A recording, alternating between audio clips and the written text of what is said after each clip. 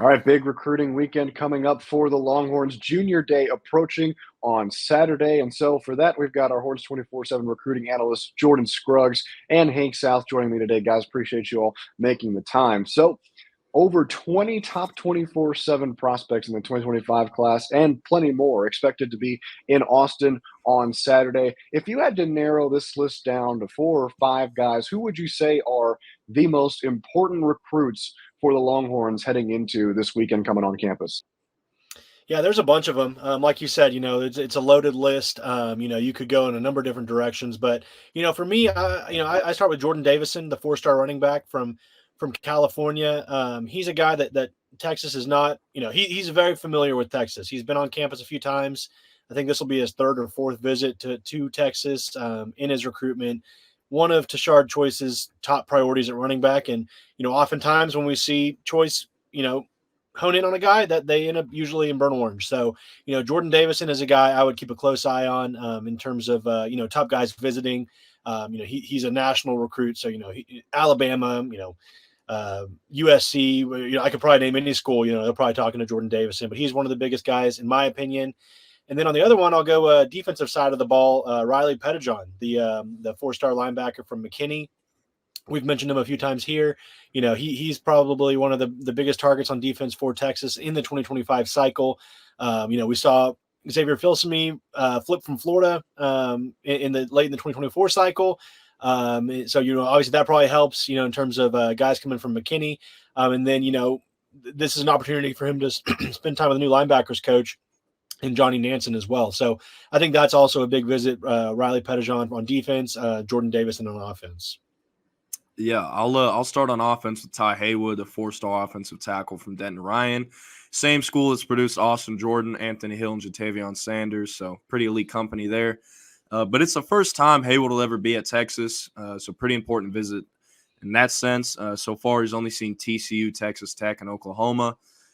A lot of things can change as it's early on in this recruitment, and he hasn't been able to see very many schools. But, in talking to Ty and sources around him, it really feels like this will come down to Texas or Oklahoma. So this is a great opportunity to put a great first foot forward for Kyle Flood and company.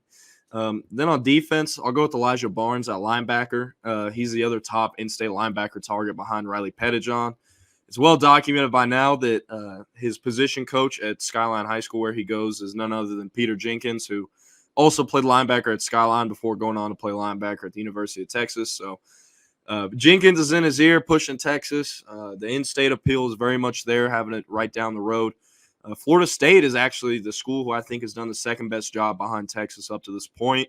But, like Haywood's recruitment, this one has a long ways to go, but it'll be his first time on campus with Johnny Nansen as a linebackers coach. So, that makes this one important. And then lastly, Jonah Williams is the five-star athlete from Galveston Ball. He's actually getting recruited by Texas as a safety now. Used to be linebacker, made the positional switch to safety. I actually think that benefits Texas's chances of landing Williams down the stretch. While he is open to playing anything, he happens to prefer safety if he can't go on both sides of the ball. So I certainly, again, think that helps Texas' chances. Thing with Williams, though, with him being a five-star athlete, he is a world-class athlete and competes in every sport at Galveston Ball. Not only is he great at football, he's also great at baseball. And some people I've talked to down in Galveston actually have said that he's a projected late first round to second round pick in the MLB draft directly out of high school. So that could definitely have an effect on this recruitment, but nonetheless, he's still one of the top targets for Steve Sarkisian and company in 2025. And this visit, I believe, being his first time, he's been back on campus since the July pool party.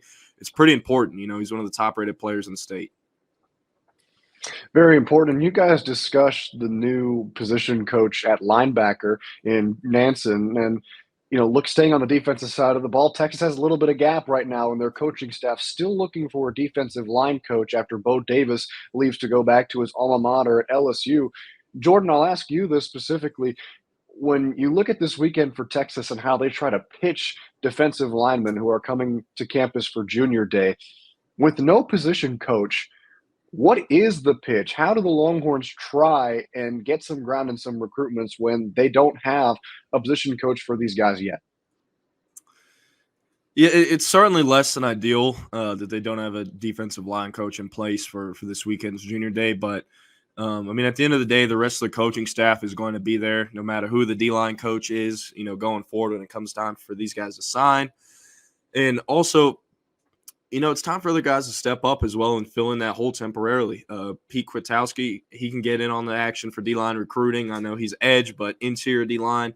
Steve Sarkisian has done recruitments as a primary as well. So, and there's also guys like Jamal Fenner, Brandon Harris, and support staff who can, step up to the plate for the events and do some damage. I think the main thing that should be reiterated to the recruits is, this is just temporary. We're going to make a slam dunk hire.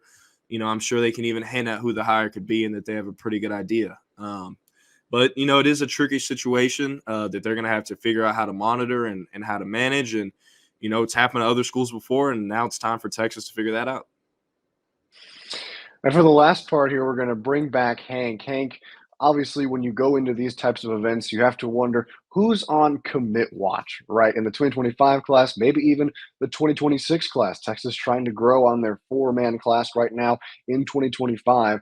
I'll kind of grow this out for you a little bit here. Not only what high school prospects are on commit watch, but we'll even let you pick some transfer portal guys on commit watch heading into the weekend. When you think about those two factors, who are some names that come to mind? Yeah, and I'll say with Junior Day coming up, with big time recruiting events like this, you have to kind of watch out for anybody. Guys can get excited, they get on campus. Obviously Texas is riding a lot of buzz coming off their college football playoff appearance, and just the excitement entering the SEC. So it can always be a guy or two that just they get to campus not intending to commit, and then by the end of the visit, they're ready to jump on board. So always something to watch. One name I'll mention, 2025, Floyd Guidry. He's a defensive lineman that Texas offered shortly after the early signing period, or right in the middle of the early signing period. Jordan and I actually caught up with him in San Antonio at the combine check-in. And he's in love with Texas. And, I will say again, we mentioned Bo Davis being gone. That could play an impact, but I got the feeling that, he really liked Texas a lot.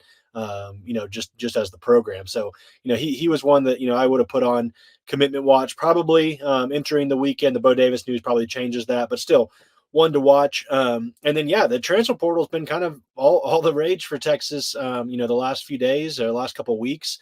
They've just been making slam dunk edition after slam dunk edition, whether it'd be Isaiah Bond, who's the number one rated wide receiver in the transfer portal, who committed to Texas last weekend. Silas Bolden shortly after that, the Oregon State wide receiver that put up some pretty solid numbers last season, and then obviously Kendrick Blackshire earlier this week as well.